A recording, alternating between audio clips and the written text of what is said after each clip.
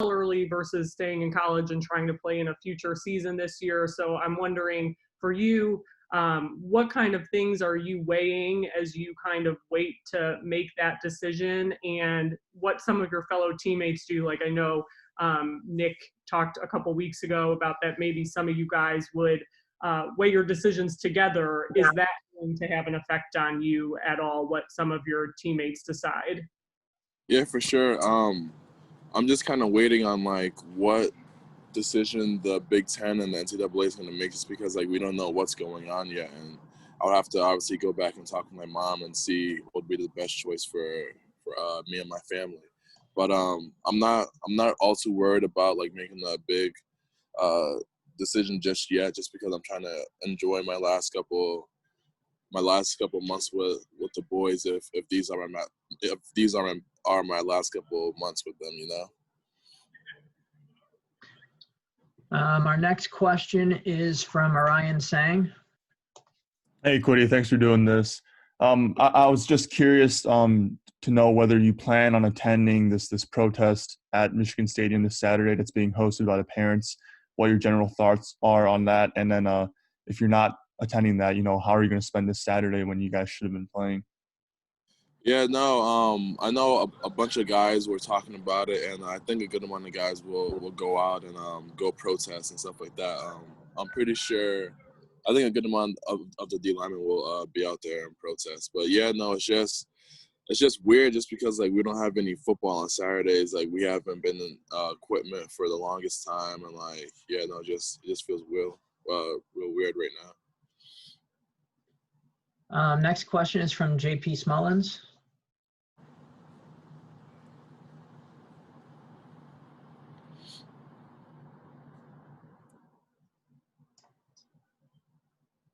Sorry about that, everybody. Sorry. I'm back on here.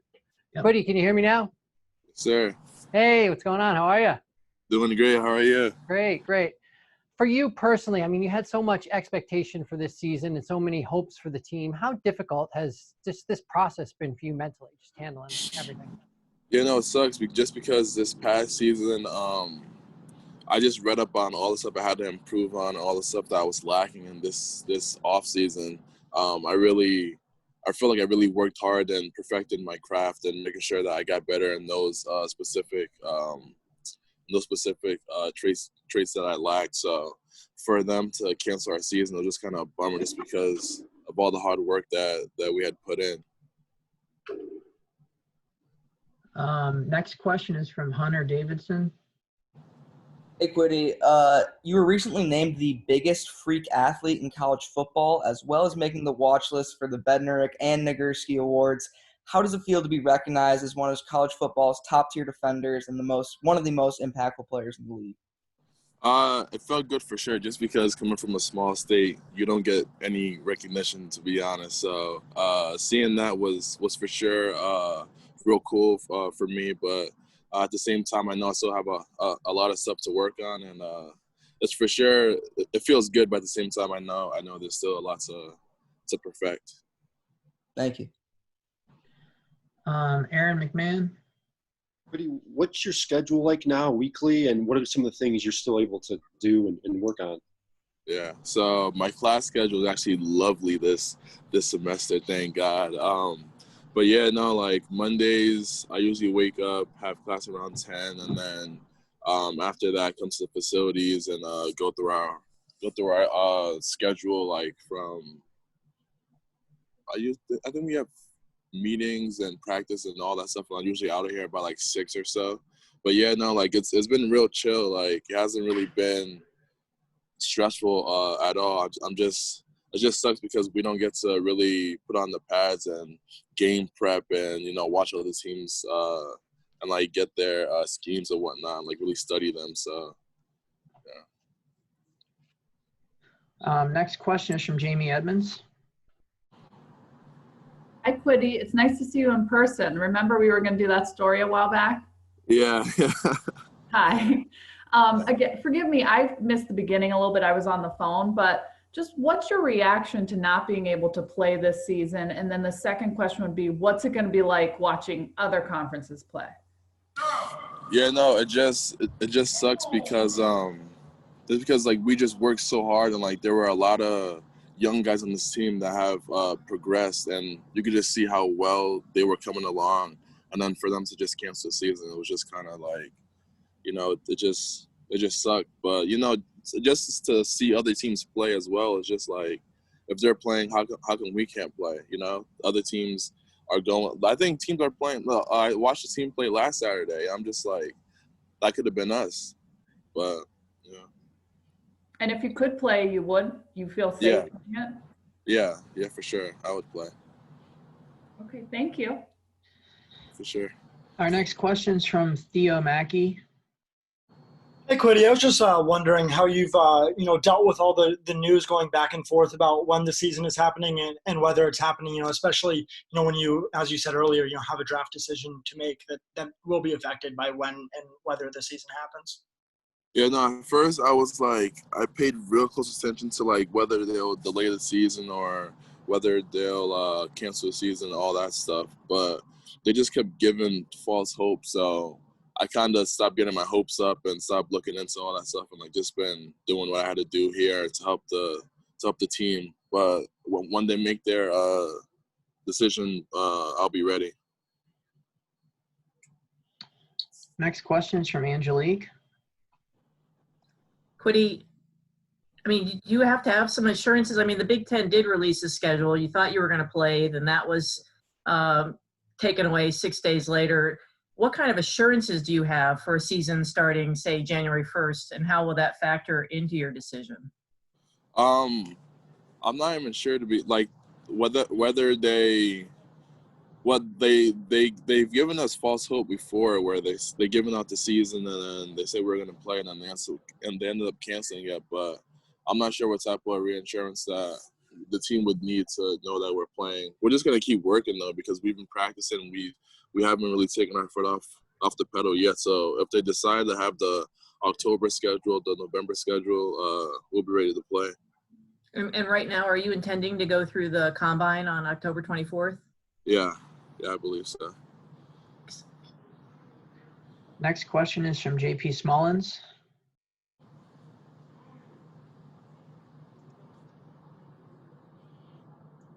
Sorry about that. So when you started at Michigan, I mean, probably had some hopes, dreams, aspirations, but now, I mean, I think I saw another article having you in the first round of the NFL draft. Does that stuff ever, do you let it kind of get to you, let it sink in at all, or how do you handle that sort of thing? It's for sure cool. Just coming from a small state, like you don't really like looking up to people. There's not really much to look up to as far as like, oh, I want to be just like, well, I looked up to Will Blackman, but at the same time, like growing up, when I would say I want to go to the NFL, people would be like, oh man, that's never gonna happen. Like you need to think of some other dreams. And now that I'm almost there, I could basically touch it. It's like it's surreal in a way, but at the same time, I have to stay humble and continue to work, because once I let all that stuff get to my head, then the work ethic goes away, and then my head gets big, and I start believing in all the hype, and then just stuff like that. So I just have to stay grounded and continue to work. Thank you. Next question is from Hunter Davidson. Hey, Kwity, obviously we all want to see you get back on the field, but some things are bigger than football. What has it meant to you to make an impact off the field, giving back to the community through the Uniform Funding Foundation and other movements? That's been great because I knew I always wanted to help people. I know, like, coming into college, I wanted to go into like the police force or like be a firefighter, just because like I always wanted to help people in some way. So when Shibley came to me and like when we started doing the Tough Foundation, like I'm just like, man, like this is a great foundation for me to be a part of, and just seeing those kids have smiles on their faces and get their uniforms and run around, and it's just great. Awesome. Next question is from Ryan Zook. Hey, Kwity, I know Harbaugh said the other day that the football team hasn't had any didn't have any positive COVID cases during the month of August. How much pride are you and the team taking in that, and the safety precautions you guys are taking to be able to stop any spread among the team? We've been very grateful for how this team has been taking this whole pandemic. even when they canceled our season, I know there were some guys who wanted to like go home, like some guys that wanted to take like a little bit of a break off, but then we're just like, it's either like you're in or you're out, like we don't want guys to, start lollygagging and doing all this other stuff and then ruin our whole operation, because we've been doing such a great job of keeping everyone in the building safe and making sure that people that want to get better can continue to get better. So, the protocols within the building, it's just been amazing. Next question is from Katie.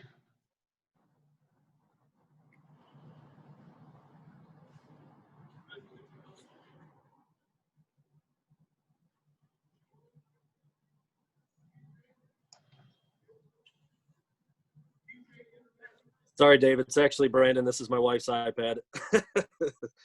Excellent. Kwity. Obviously, as things stand right now, you and Aiden have the two defensive end spots locked up pretty well. But how does the depth look behind you guys? Who are some people that we should know about? When you guys do eventually take the field. I think for the DN depth, it's been really great because Taylor Upshaw has been making great strides to be a strong 2, and Luigi Villain as well. So I feel like we have a good, strong second unit. So when I come off the field or when Aiden comes off the field, we'll have someone that we trust in there. Next question is from Aaron. I know the parents, some of the parents at least, wanted to hear from Commissioner Warren and President Slissel, and I'm wondering if you guys as a team have heard from the school president with an explanation for why things happened the way they did. We haven't heard anything. I think Carlo has talked to him a bit, but like other than that, like he hasn't addressed the team. We haven't had any conversation with him. There's been no communication. Next question, Angelique. Kwity, I know it's not your position group, but you see the offensive lineman, and a pretty tall task for Ed Warner to replace 4 starters, now 5. What do you see from the guys coming up and who can fill those 5 spots on the offensive line? I see a lot of young guys, but I see a lot of hungry guys that want to go ahead and take that task. It'll be a big challenge for them, but I feel like they'll get it done. There's a lot of guys who want to play. There's not a lot of guys who are scared of stepping up. So I'll be excited to see that group. Ryan Hayes has taken that leadership role on the O-line. I feel like he's been getting those guys right. We got time for 2 more questions that are in the queue for Kwity, because like I said, he has a 1:30 appointment. We'll start with Rainer.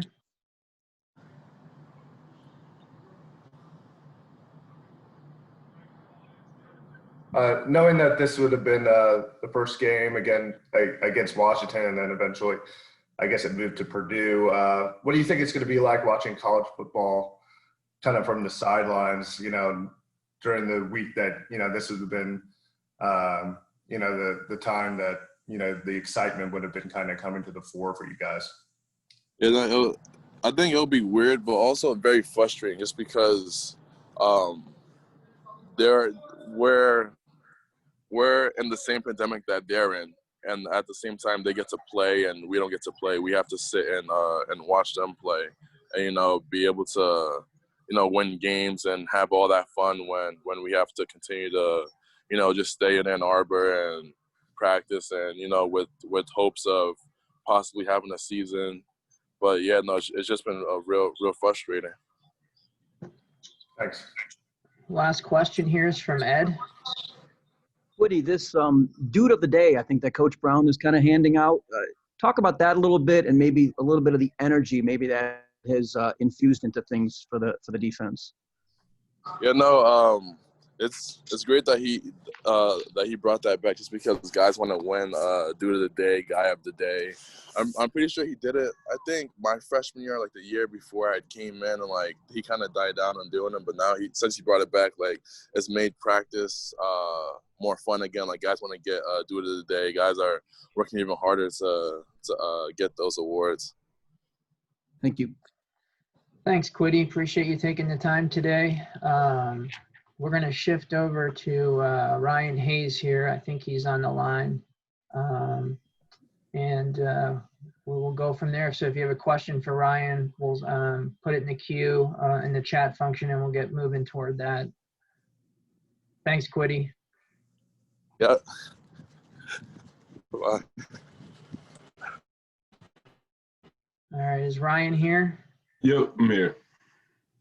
All right, appreciate it, Ryan. Appreciate you taking the time. We'll get started with the questions here. First one is from Hunter Davidson. Hey, Ryan. Coach Warner has established himself as one of the best assistant coaches in the country, obviously sending 4 guys to the NFL last year. Can you speak on his coaching style and the culture he's established amongst this O-line group? Yeah, Coach Warner has been great. So when you come in, he'll be tough on you at first, but it's just like you might get upset and frustrated, but eventually in the long run, he's put so many guys in the NFL and his track record's great. So if you just listen, pay attention to what he does, do all the things he says, it'll go well for you. Thank you. Next question is from Isaiah.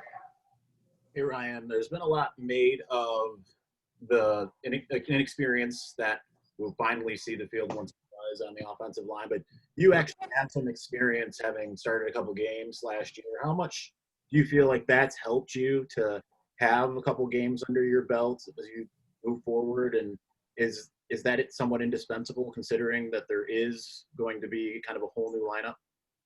Oh, yeah, for sure. I'm really thankful that I got on the field and got to start a couple games last year because just that experience is everything. Because then we'd be going in. Stuber's played a little bit. It's just nice to have those starts or some minutes on, like, just been able to what am I saying? But, no, it's been really nice to have that, just know I can do it, know I can play. It gives you confidence. Next question is from Ashley.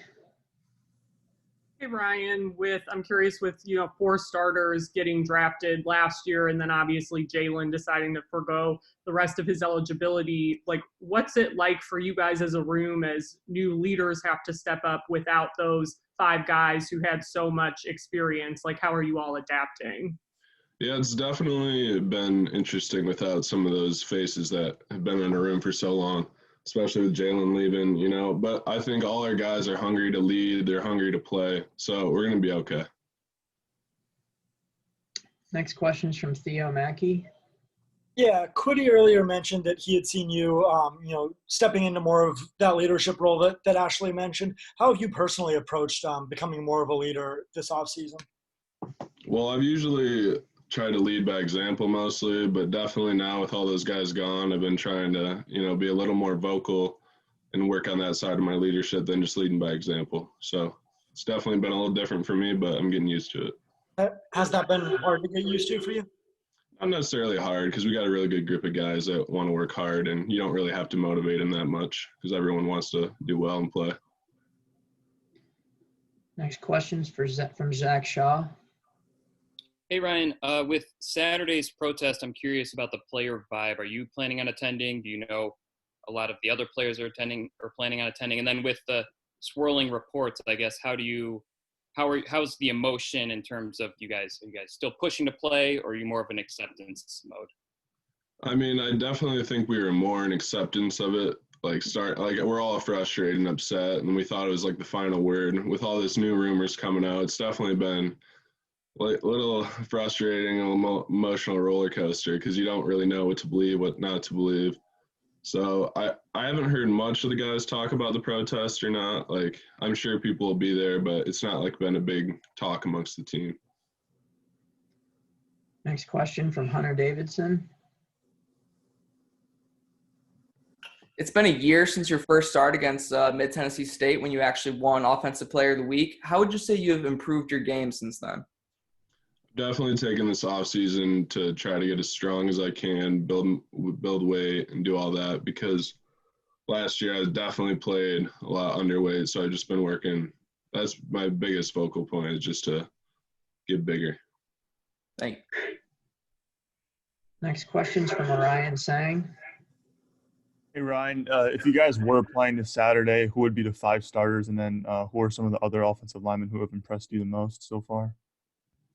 Well, I'm not couldn't say for sure it would be the starting 5, but right now we've been running with me at left, Chuck and Trevor rotating at left guard, Bastardis at center, and then Stuber at right guard, and Carson at right tackle for now. But everything fluctuates every day, so I couldn't really tell you a for sure starting lineup. And the two younger guys that really impressed me is Carson's really stepped up since Jalen left, really been playing really well. And then Zach Zinter does not look like a freshman at all. Zinter has really impressed everyone. Next question from Rainer Saban. What do you think this weekend's going to be like for you guys? Just watching college football and knowing that this would have been the first week, and given the fact that for you it would, would have probably been, the first of many starts for you. It's definitely going to be pretty frustrating to watch that. I don't know if I'll even want to really watch, because just knowing we should be out there, because it makes zero sense that those guys get to play and we don't. We're all in the same situation. We've done all our protocols, have had about 0 COVID tests this month. So it's just frustrating. Thanks. Next question from Jamie Edmonds. Hi there. My question is, there's an argument out there that it's safer for guys to play football, be on campus, than if not be on campus. And you just mentioned 0 positive tests this month. Can you give us insight on your bubble, how it works, how you're protecting yourselves as a team? Yeah, so we were getting tested a couple times a week during camp. But then since we now get tested once a week, we wear masks all through the building. We wear masks in practice. We wear masks in lift. They take our temperature when we come in. So we take every protocol. We sit 6 feet apart when we eat, when we do everything. There are only so many people in the locker room at once. So we've been doing a really good job. And people really care about playing football, so they're not going out on the weekends and putting themselves at risk and then putting us at risk. So people have been doing well about that. Do you in your heart feel like you guys will play in a couple months? It's just so hard to tell, because you see something new on the internet every day. So I want to play, but we'll see what happens. Thank you. Next question is from Aria. Ryan, as a really young offensive line unit, and as somebody who just recently did change positions, what has it been like for you guys having some disruptions in practice, not being able to get in pads as early as normal, not being able to do as much in the spring and summer as you normally would be able to? Yeah, it's been a little different because, those young guys, because when I was a freshman, that next spring ball was really important for me. I made a lot of strides then. So it's been a little different, but we practice without pads. So it's been really nice because we can start working on our footwork and hands really well. So once we do put the pads on, we'll definitely have a lot more technique down. So that's been one positive about it. Next question is from Aaron McMahon. Ryan, kind of going off that same theme, typically you'd be getting ready for a game this weekend. Obviously you're not. How different has the last few weeks been for you as a player and as an athlete, not knowing you're not going to play? Yeah, at first it was definitely difficult to find a whole lot of motivation, but our coaches have been doing a really good job doing stuff with putting incentives in practice, keeping us engaged, doing different things that we usually don't do. So you just got to keep the mindset that we're going to play eventually, and I want to be the best player I can once we get to that point and not waste this time. Next question is from Ryan Zook. Hey, Ryan, there's been a lot of discussion about myocarditis as a possible long-term side effect of COVID. And there was a report from Penn State today that 30 to 35% of Big Ten athletes who have tested positive have myocarditis. Has that been a concern of the team at all, or been talked about, or something you are aware of? I've seen some stuff on Twitter about it, but our team hasn't really talked much about it. I really am not educated. I don't even really know what it is, so I couldn't really speak much about it. So no. Next question is from Angelique. Sorry about that. Ryan, just you sort of touched on it, but not having a spring, how long does it take for an offensive line to build chemistry? I mean, that's pretty important for this group. And do you feel like you can develop it even not in contact right now, not in contact practices, pardon me? Yeah, because last year a lot of these group guys were in the 2 deep, so we all have played together already.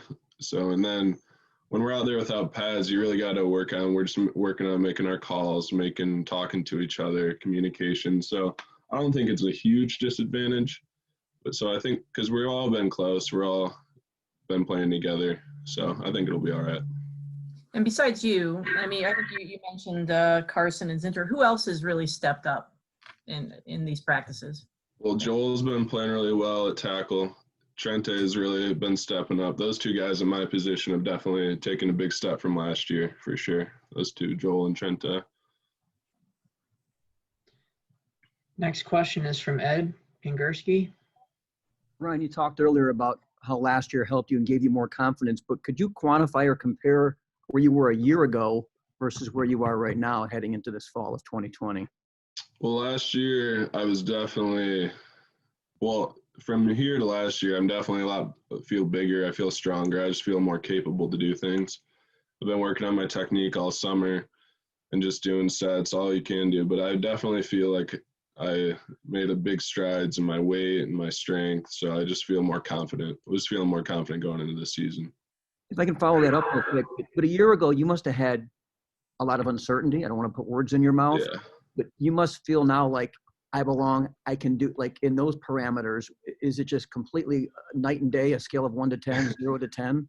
Yeah, it's night and day for sure. I was pretty nervous going into that game, not knowing what would happen, not knowing anything. But yeah, this year it feels completely different. I'm not scared. I'm just hungry to be the best player I can be. Thank you. Next question is from Aaron McMahon.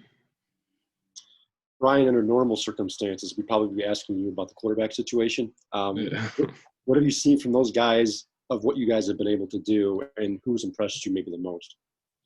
I couldn't put one over the other. All I see is they're working their asses off to start, each one of them, all 3 of them, including Cade.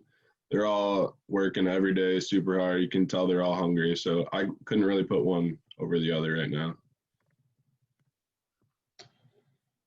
All right, due to time, we're going to have probably time for 1 or 2 more questions. Start with Angelique. Angelique, you need to unmute yourself. I thought it was. Sorry, Ryan. User error. When you're preparing for this combine right now, but are there scenarios that Jim Harbaugh's put out there for you? Like, okay, maybe we start in November, maybe mid-October, the latest rumor, or are you shooting for January 1? Is there some kind of scenarios? Well, yeah. So lately we've been just training for the combine. Our coaches haven't really told us much because I don't think they know either. But yesterday before practice, Coach Harbaugh did say like we could possibly play in October just to give us a little motivation. So just to keep practicing hard, we're going to be prepared. And so we have mentioned October, but nothing's for sure. So.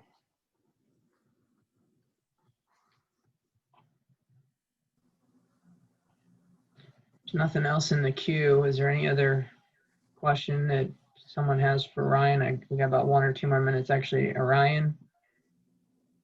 Yeah, just to follow up on that, what would you think of a potential October start then? What would be your thoughts about that?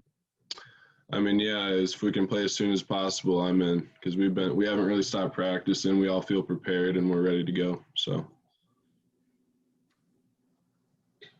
All right. Well, I think maybe we'll finish it on that.